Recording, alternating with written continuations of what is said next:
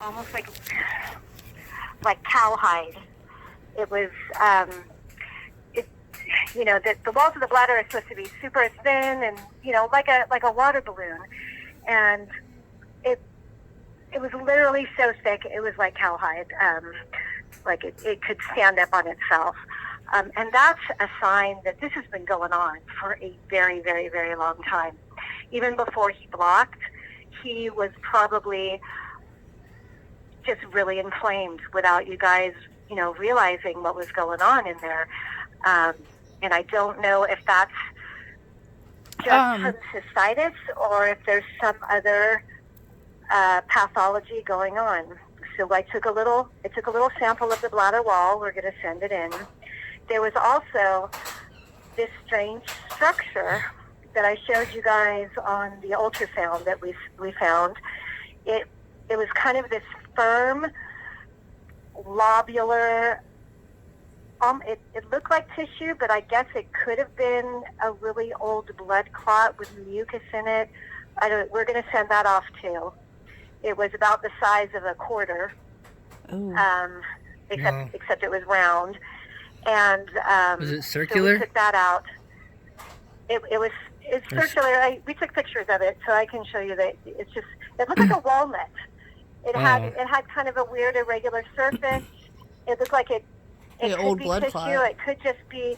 Yeah. It could just be some consolidation of all of that inflammation and mucus and blood that was in there that just solidified. The other thing we found, which is really strange, is the outside of the bladder was adhered to the colon and that happens like a fibrosis from inflammation. So the inflammation, it was not only on the inside of the bladder, but it was also on the outside of the bladder. So, and that caused the distal and the very terminal end of the colon to actually adhere to the outer wall of the bladder. So we kind of broke that down a little bit.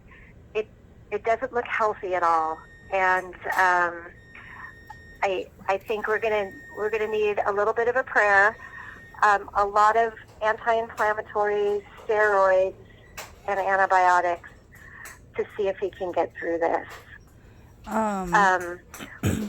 When we ended up putting a catheter in because the inflammation in the urethra is so profound that he cannot form a good stream of urine.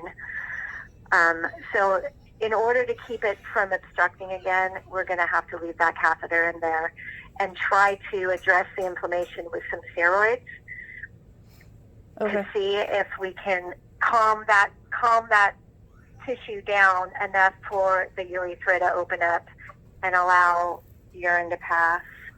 I think it's very likely he may need that surgery that we talked about that I've never done before.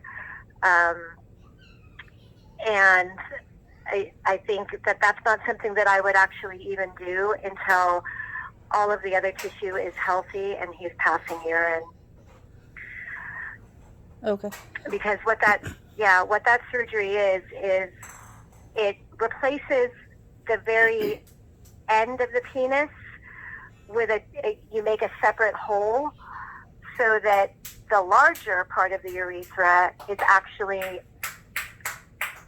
sutured into a stoma, which is a hole to the outside.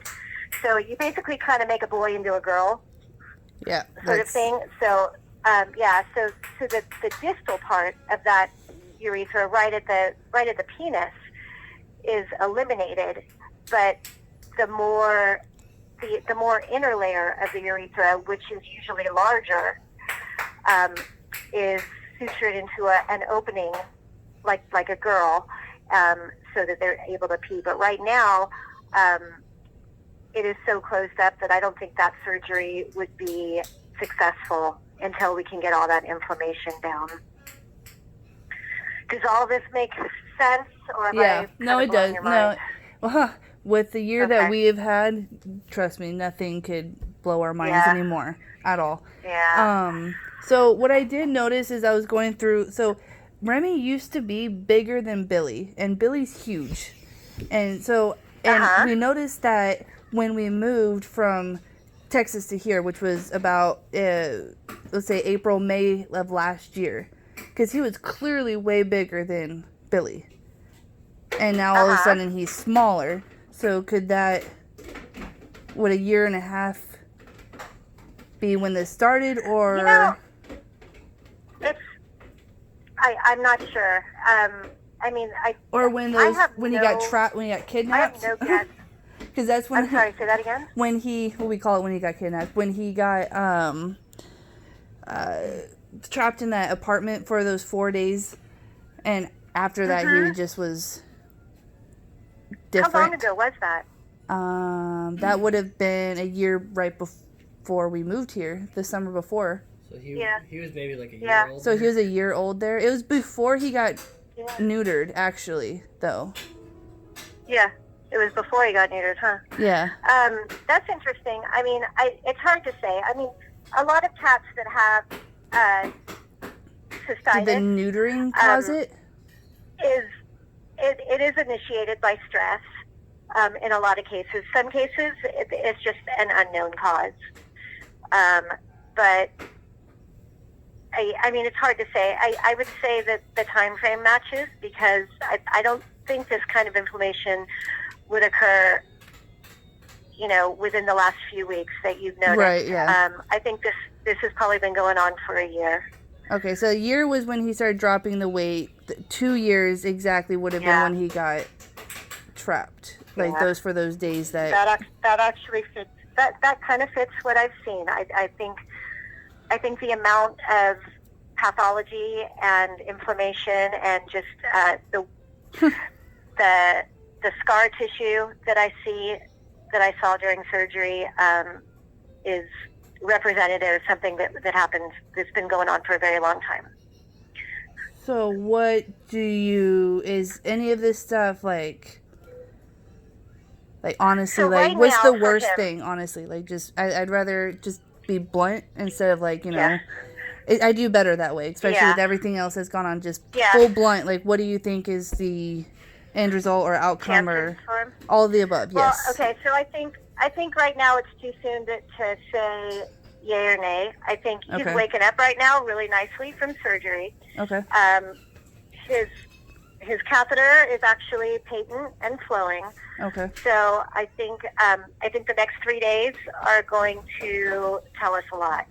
Got it. So honestly, I think we need to keep him hospitalized.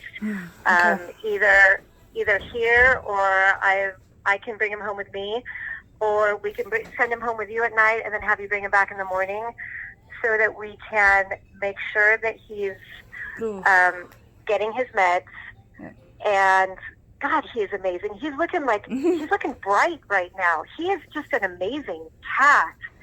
There's something with our family, because they said that about my son too. That after all, my son has had 12 brain surgeries, and he wakes up and he's doing milestones. Apparently, Remy has it too. Yeah, like he's just looking up at me and like, hey, I just woke up from a nap. I'm cool. And he went through a major surgery. Well, so that's good. So honestly, yeah. So I think 2 or 3 days from now we can talk about whether he has a chance. Okay. Right now, I'm going to say I think things are guarded.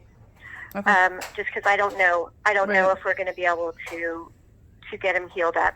I mean, there's also the possibility that everything breaks down because the tissues are so diseased right now, and the sutures could actually just fall apart in his bladder.